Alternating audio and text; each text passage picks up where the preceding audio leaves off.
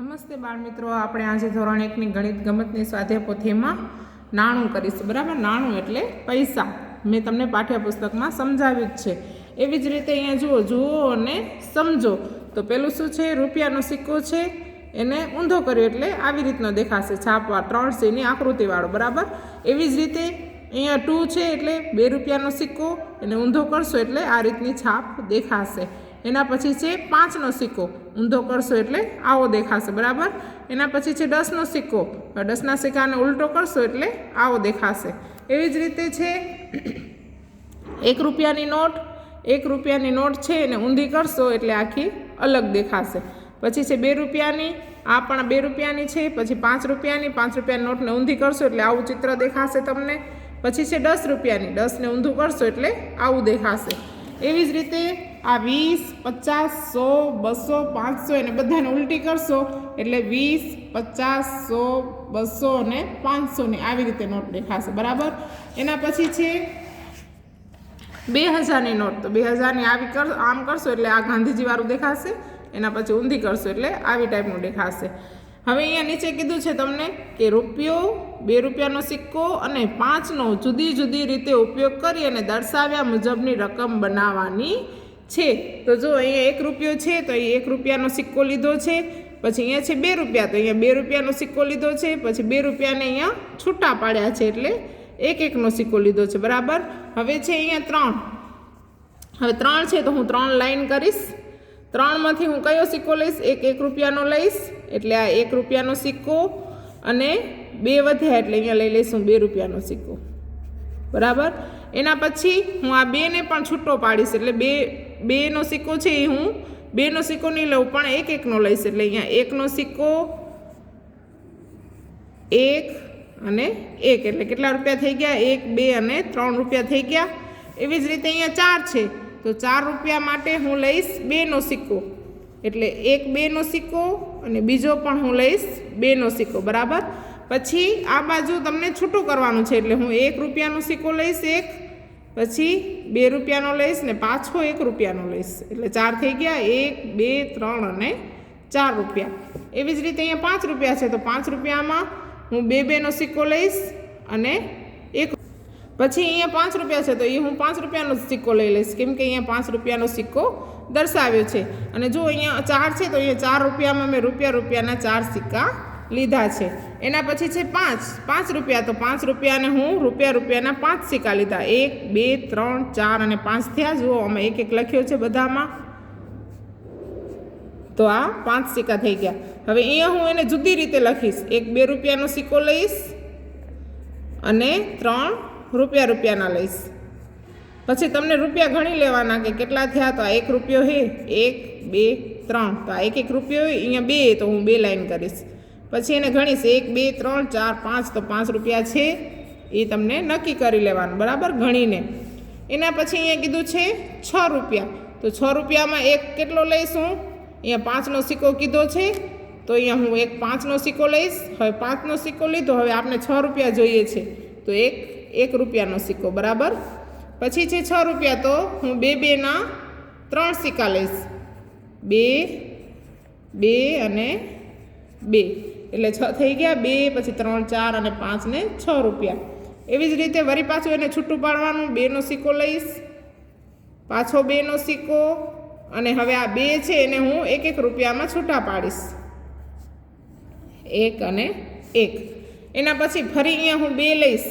બરાબર, 2 લીધા. એના પછી હું આગળ 2 લખ્યા એને છૂટા પાડ્યા એટલે 1-1 રૂપિયો કર્યો, અને બીજા 2ને પણ છૂટા પાડ્યા એટલે 1-1 રૂપિયો. બરાબર, હવે અહીંયા જે 6 રૂપિયા કીધા છે એને હું 1-1 રૂપિયાના સિક્કાથી 6 કરીશ. 1, 2, 3, 4, 5 અને 6 એટલે 6 રૂપિયા થઈ ગયા 1-1 રૂપિયાના સિક્કામાં.